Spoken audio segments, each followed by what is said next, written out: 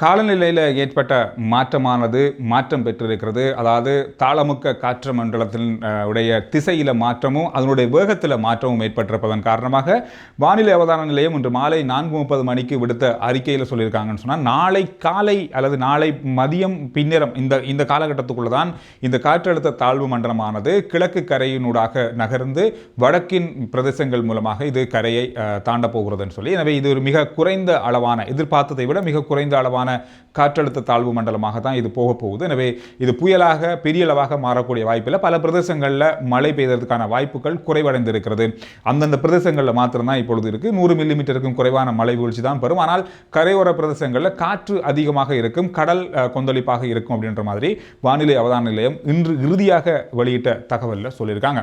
பாராளுமன்றத்தில் இன்று மட்டக்களப்பு மாவட்ட தமிழரசு கட்சியினுடைய பாராளுமன்ற உறுப்பினர் சாணக்கியன் என்று குறிப்பிட்ட ஒரு விஷயம் சொன்னால், பிரதமருக்கும் கல்வி அமைச்சருக்கும் எதிராக அரணி அமர்சூரிய அவருக்கு எதிரான பிரச்சாரங்கள் அப்படின்றது அவங்களோட கட்சிக்குள்ளேயே, குறிப்பாக அரசாங்கத்துக்குள்ளேயே இருந்து செய்யப்படுகின்ற பிரச்சாரங்களாக இருக்குது. எதிர்கட்சிகளை விட அவங்களுக்குள்ளே, அவங்களோட கட்சிக்குள்ளே, அரசாங்கத்துக்குள்ளே தான் அதிகமாக பிரச்சாரம் செய்கிறாங்க. அவங்களுக்கு எதிராக உங்களுடைய கதிரையை கவனமாக பார்த்து கொள்ளுங்கள். අගමැතිතුමියට මේ දෙන ප්‍රහාර පිළිබඳව විපක්ෂයට වඩා අපි දන්න තරමින් ආණ්ඩු පක්ෂය ඇතුළේ අගමැතිතුමියට ප්‍රහාර එල්ල කරන බව අපිට යම් යම් අවස්ථාවල අපිට පෙනී තියෙනවා. ඉතින් ආණ්ඩු අගමැතිතුමියටත් මම මේ අවස්ථාවේදී cautioning, I would like to caution her, පරිස්සමෙන් ඉන්න අගමැතිතුමියගේ පුටුවට විදින්න බලාගෙන ඉන්න සමහර කට්ටියත් ඔබතුමියට විරුද්ධව මේ කැම්පේන් එක එළිය ගෙන යන බව ඔබතුමිය හිතේ තියාගන්න කියන එකත් මම 2-3 நாளா பரவலா பல விமர்சனங்களுக்கு உள்ளாகி இருக்கின்ற ஒரு விடயம், ஒருவரை வைத்துக்கொண்டு அவருடைய தனிப்பட்ட முறையிலான விடயங்களை வைத்துக்கொண்டு பிரச்சாரங்கள், எதிர்பிரச்சாரங்களை எதிர்கட்சிகள் செய்கிறார்கள். அரசியல் ரீதியிலாக அவர்களுக்கு எதிரான கருத்துக்கள் ரீதியாக பிரச்சாரமோ அல்லது எதிர்ப்புகளை தெரிவிக்காம அவங்களுடைய தனிப்பட்ட முறையிலான விடயங்களை வைத்துக்கொண்டு பிரச்சாரம் செய்தது, அது ஒரு பெண் அரசியல்வாதிக்கு எதிராக பிரச்சாரங்கள் மேற்கொள்ளப்படுவது அப்படின்றது மிகப்பெரிய அளவான விமர்சனங்களுக்கு உள்ளாகி இருக்கின்ற ஒரு விடயமாக மாறியிருக்கிறது. ஒரு காலத்தில் ஸ்ரீமாவோ பண்டாரநாயக் அவர்களுக்கும் இந்த மாதிரியான பல பிரச்சாரங்கள், எதிர்பிரச்சாரங்கள் மேற்கொண்டிருந்ததாகவும் பல செய்தி துளிகளில் நான் பார்த்தேன். எனவே இந்த மாதிரி ஒரு நிலையை இப்பொழுது பிரதமர் எதிர்நோக்குகிறார் அப்படின்ற மாதிரியான பல விடயங்கள் இன்றைய நாளில் சுட்டிக்காட்டப்பட்டிருக்கிறது. இதில் மிக முக்கியமாக இன்னும் ஒரு விடயம், யாழ்ப்பாண பாராளுமன்ற உறுப்பினர் கஜேந்திரகுமார் பொன்னம்பலம் அவர்களும் குறிப்பிட்டிருந்தார், இந்த எதிர் பிரச்சாரத்துக்கும் எங்களுக்கு எந்த சம்மதமும் இல்லை, ஆனால் அவருக்கு எதிராக நடக்கின்ற பிரச்சாரங்களுக்கு மிக கடுமையான கண்டனங்கள் தெரிவிக்கப்படுகிறது, எங்களோட சார்பாக நாங்கள் கண்டனங்களை தெரிவிக்கிறோம் எங்களோட கட்சி சார்பாக அப்படின்ற மாதிரி அவருடைய உரையில் இன்றைய நாளில் இருந்தது. இது ஒரு முக்கியமாக பேசப்பட்ட ஒரு விஷயமாக இருக்கு. இதோட ரீபில்டிங் ஸ்ரீலங்காவுடைய முதல் கட்ட வேலைகள் ஆரம்பிக்கப்பட்டிருக்கிறது. ஜனாதிபதி தலைமையில் வீடுகளுக்கான இழப்பீடுகள் வழங்குகின்ற நடவடிக்கை, நாம் சொல்லியிருந்த முந்தைய நாள் அனுராதபுரத்திலையும் குருநாகலையும் இந்த நடவடிக்கைகள் ஆரம்பிக்கப்படுது அப்படின்னு சொல்லி, வீடுகளை இழந்தவர்களுக்கு 50 லட்சம் ரூபாய் பண உதவி வழங்கப்பட்டு வீடுகள் கட்டுவதற்கான அத்தனை ஏற்பாடுகளும் செய்வதற்கான உதவிகள் வழங்கப்படுற நிகழ்வில் இன்றைய நாளில் ஜனாதிபதி அனுராதபுரத்தில் வீடுகளுக்கு சென்று அந்த உதவித்தொகையை வழங்கினது மட்டுமில்லாமல் அந்த வீடுகளுக்கான அடிக்கல்களையும் நாட்டி வைத்தார். அரசாங்கமாக அல்லது ஒரு ஜனாதிபதியாக காசு ஒதுக்கிட்டு அந்த நாட்களுக்கு கொடுத்துருங்க அப்படின்னு சொல்லலாம்.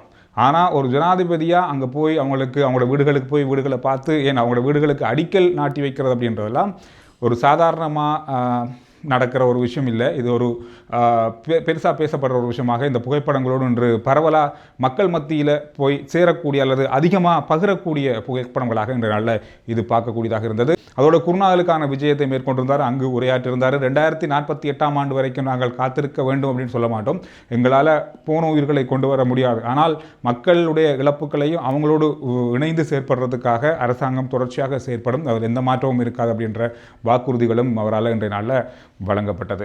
இலங்கையில் புது வகையான ஒரு சாரதி அனுமதி பத்திரம் வழங்கப்பட போகுது. ஏற்கனவே இருக்கிற சாரதி அனுமதி பத்திரத்தோட இது ஒரு புதுமையான அல்லது அந்தந்த துறைகளுக்கு ஏற்ற மாதிரியான லைசன்ஸாக இது இருக்க போது. பிடி அப்படின்னு சொல்லக்கூடிய பப்ளிக் டிரான்ஸ்போர்ட் லைசன்ஸ், இது பல முறைகளில் இதை கொடுக்க போகிறாங்க.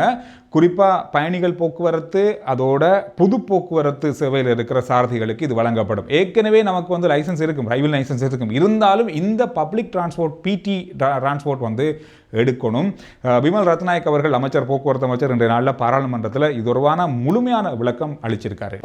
பிடி කියලා පබ්ලික් ට්‍රාන්ස්පෝර්ට් කියලා විශේෂ ලයිසන් එකක් ගන්න ඕන.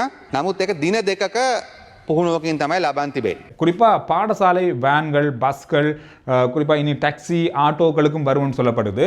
ස්කූල් වෑන් වල පබ්ලික් ට්‍රාන්ස්පෝර්ට් කරනවා නම් හැම කෙනෙක්ම ටැක්සි වලට පවා එක කරන්න වෙනවා.